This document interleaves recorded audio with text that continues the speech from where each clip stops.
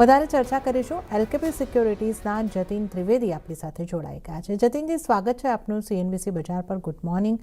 અને આપણે જે રીતે જોઈ રહ્યા છે કે ડોલર ઇન્ડેક્સ સારી મજબૂતી બતાવી રહ્યો છે, હવે 101ના ઉપર. અને રૂપિયો આપણે કહીએ કે પ્રમાણમાં જે ડોલર ઇન્ડેક્સની મજબૂતી છે એને જોતા એક સ્થિર કામકાજ કહી શકીએ. તો તમે કઈ રીતે જોઈ રહ્યા છો કરન્સીની આ ચાલને? Rightly pointed. જો સૌથી પહેલા મહત્વ અહીંયા આપણે આપીએ તો ડોલર ઇન્ડેક્સના ચાલના ઉપર આપણે જોવા જઈએ તો ટ્રેન્ડિંગ જે એસેટ છે એ ડોલર ઇન્ડેક્સ છે હમણાં.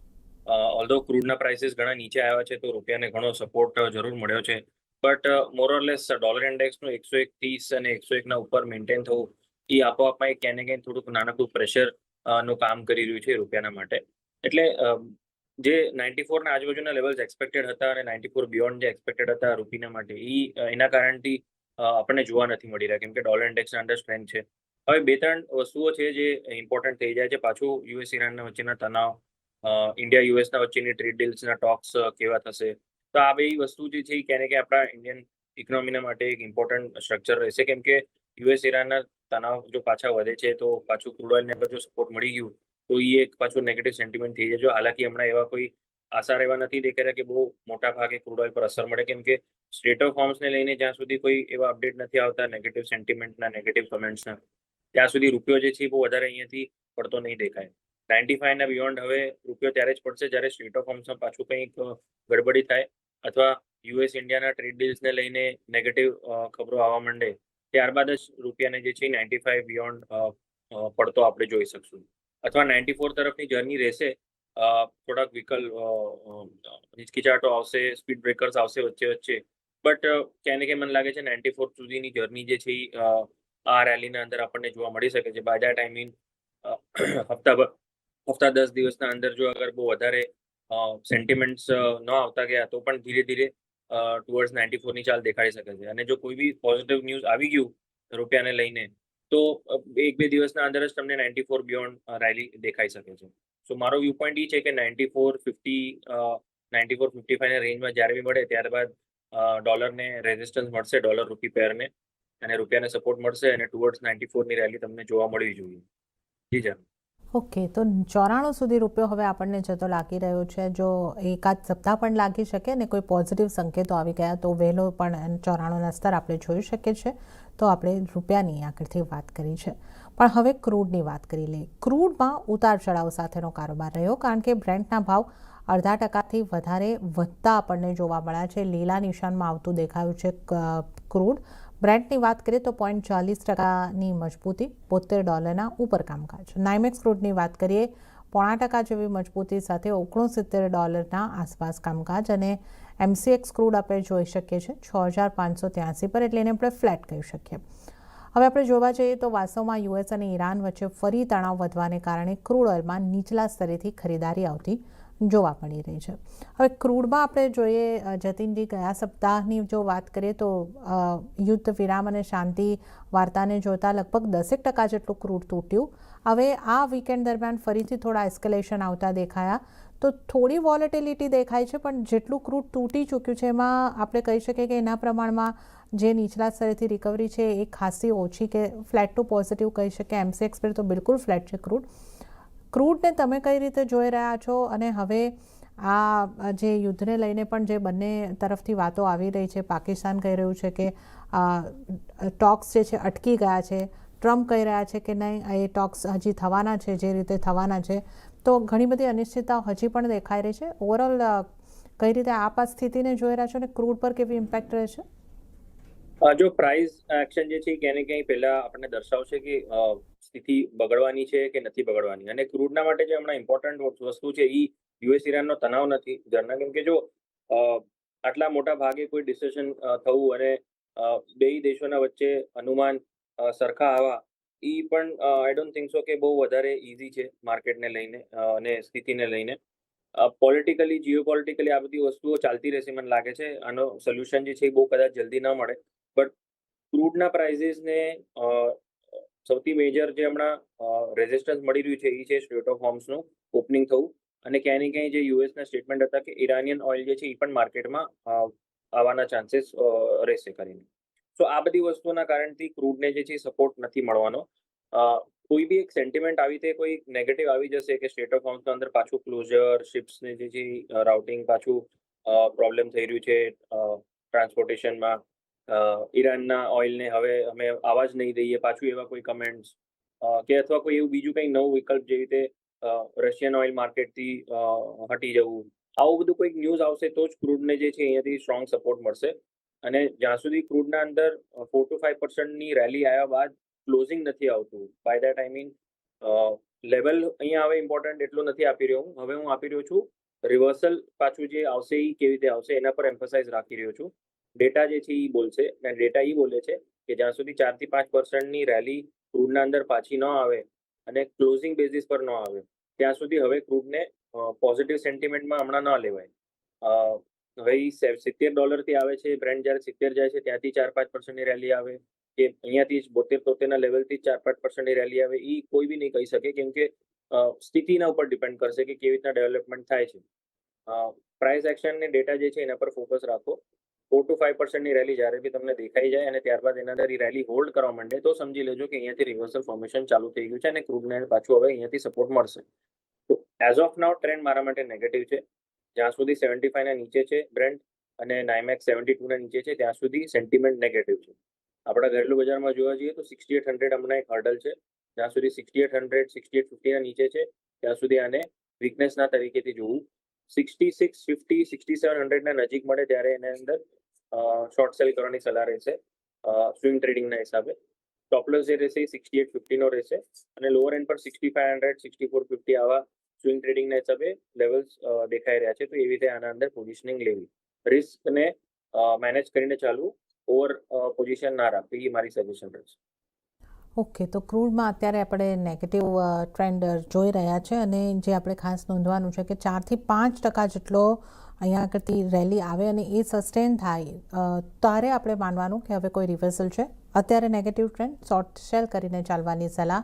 6450 સુધીના ટાર્ગેટ બની શકે છે. 6850ના સ્ટોપલોસને તમારે ધ્યાને રાખવાનો રહેશે.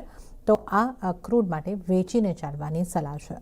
ક્રૂડ બાદ હવે જો નેચરલ ગેસને જોઈ લઈએ તો શરૂઆતી કારોબારમાં સ્થાનિક બજારમાં નેચરલ ગેસની કિંમતોમાં પણ નરમાશ સાથેનું કામકાજ જોવા મળી રહ્યું છે. 310ના સ્તર અહીંયાથી આપણે જોઈ રહ્યા છે, એટલે લગભગ 0.70%ની આસપાસ, 0.5%ની આસપાસનું દબાણ નેચરલ ગેસમાં.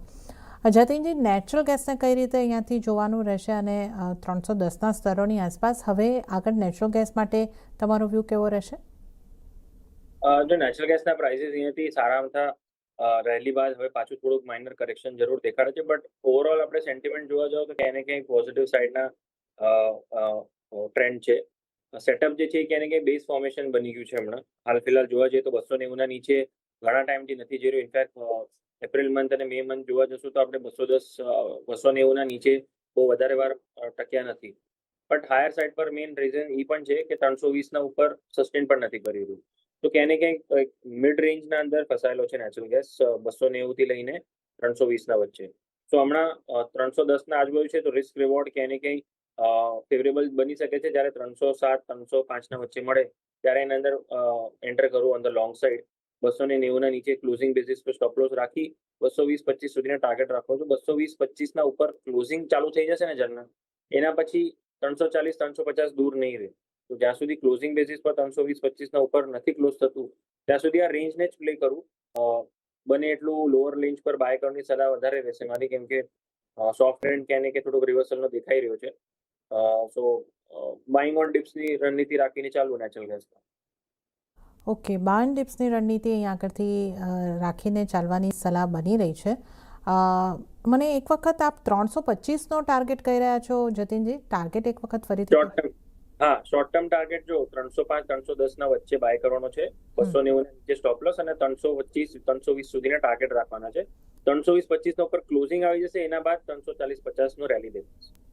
ઓકે, તો ખરીદી કરીને ચાલવાની સલાહ અને 305ની આસપાસ 325 સુધીના ટાર્ગેટ તમને જોવા મળી શકે છે. તો 290નો સ્ટોપ લોસ આ ખરીદી કરીને ચાલવાની નેચરલ ગેસ માટે સલાહ બની રહી છે. તો ક્રૂડ અને નેચરલ ગેસની આપણે વાત કરી. ફરી અહીંયા એક લઈશું એક નાનકડો બ્રેક અને બ્રેક બાદ આપણે અન્ય કોમ્યુનિટીઝની ચર્ચામાં જતીન ત્રિવેદી સાથે આ શોમાં આપણે વધીશું.